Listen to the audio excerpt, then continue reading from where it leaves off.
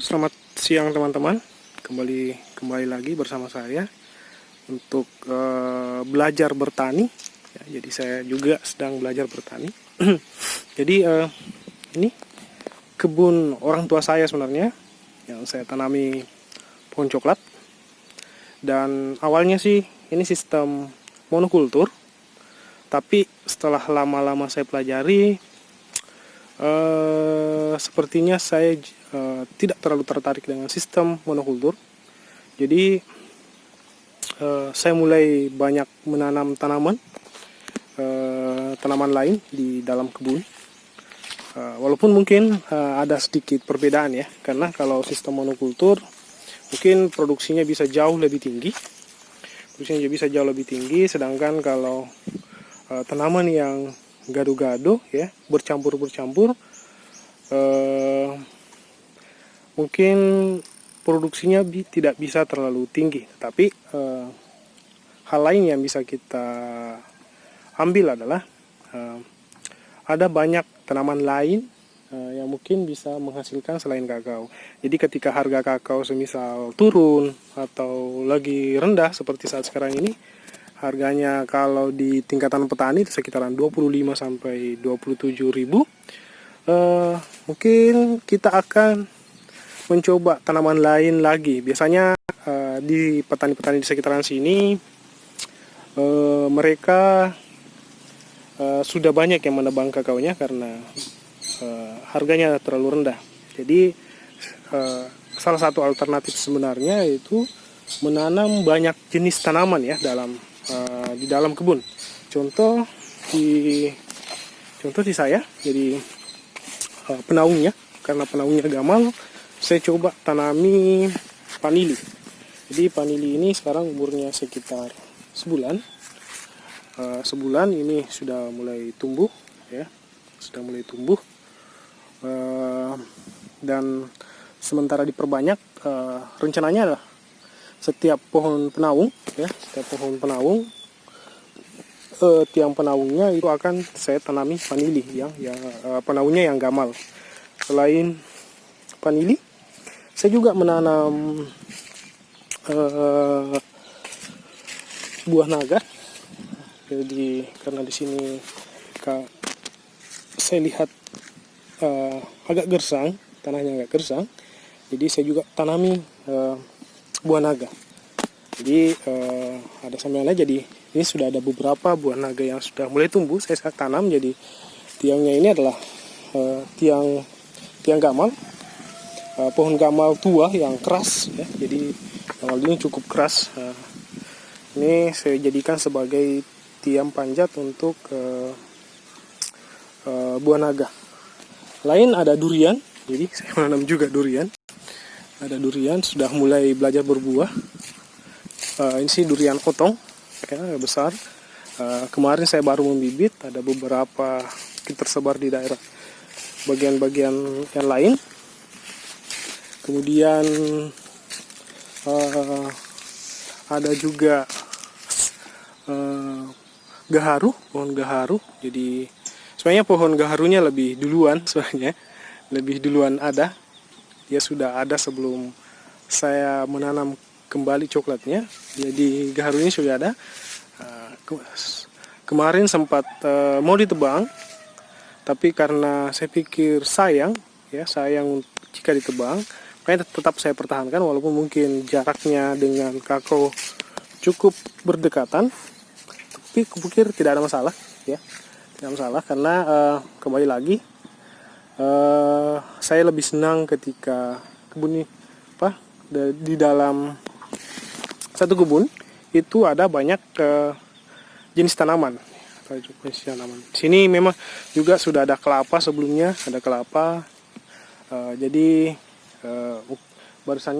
barisan kelapa itu kadang berdekatan dengan coklat ya.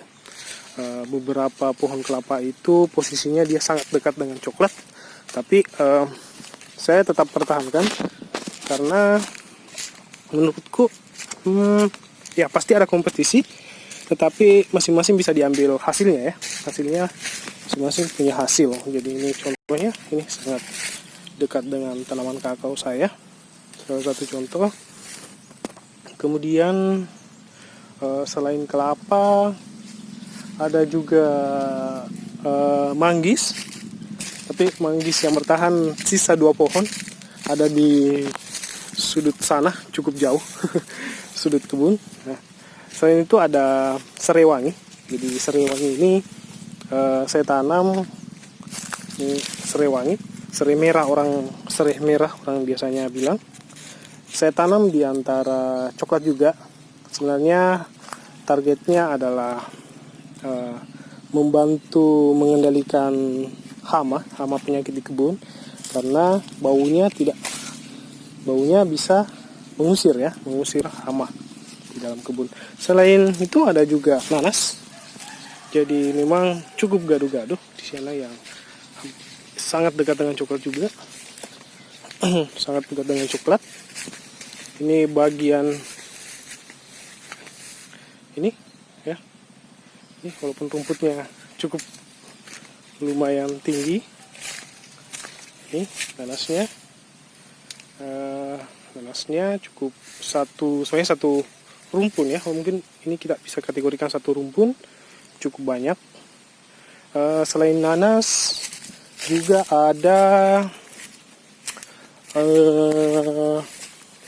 lengkeng, satu pohon. Ya, ada lengkeng.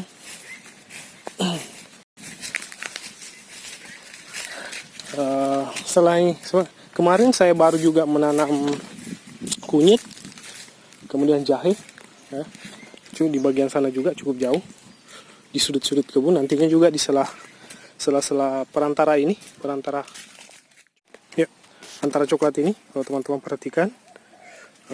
Di sini nantinya ketika kulit buah coklatnya sudah hancur, itu akan saya tanami jahe. Biasanya saya perhatikan ketika saya berkunjung di kebun-kebun petani dekat sini, jahenya cukup subur ditanam di antara tumpukan kulit buah kakao. Jadi saya berencana juga nanti ketika misalnya ini hancur, lubang yang sebelumnya saya buat itu akan saya tanami jahe atau kunyit ya, untuk kebutuhan rumah tangga, karena kebetulan orang di rumah sangat senang minum jamu ya istilahnya, jahe, kemudian kunyit dicampur, kemudian campur lagi dengan madu untuk diminum setiap hari. Nah, yang tadi yang saya bilang, ini ada lengkeng satu pohon. Oke, ini lengkengnya teman-teman bisa perhatikan, lengkengnya baru satu pohon. Jadi ini sudah sekitar 2 tahun yang lalu saya tanam lengkeng cangkukan. Ini cangkukan dari teman, salah seorang teman yang memberikan. Waktu itu umurnya sudah sekitar 7 bulanan setelah cangkok. Kemudian setelah saya dikasih, kemudian saya tanam. Sekarang umurnya setelah saya tanam sekitar 2 tahun lebih. Kemarin sudah belajar berbuah. Buahnya sekitar 5 biji. Menurut teman saya jenisnya adalah lengkeng kristal. Ya, lengkeng kristal. Jadi ini juga hasil identifikasinya teman saya, karena saya juga tidak terlalu tahu jenis-jenis lengkeng. Jadi tapi rencananya ini akan saya cangkok juga. Ini ada beberapa bagian tangkai yang keluar, ini juga akan saya cangkok untuk saya perbanyak. Jadi targetannya adalah bukan seperti yang saya bilang sebelumnya tadi. Targetnya bukan hanya mengandalkan satu hasil komoditi saja, tapi dalam kebun kita bisa mengandalkan banyak komoditi yang bisa ditanam dan tidak saling mengganggu ya, terlalu mengganggu tanaman yang satu dengan tanaman yang lainnya. Harapannya ketika harga komoditi yang lain turun, kita bisa mengandalkan tanaman yang lain selain komoditi yang tadinya, yang sebelumnya yang kita anggap sebagai tanaman utama. Oke, terima kasih teman-teman. Assalamualaikum warahmatullahi wabarakatuh.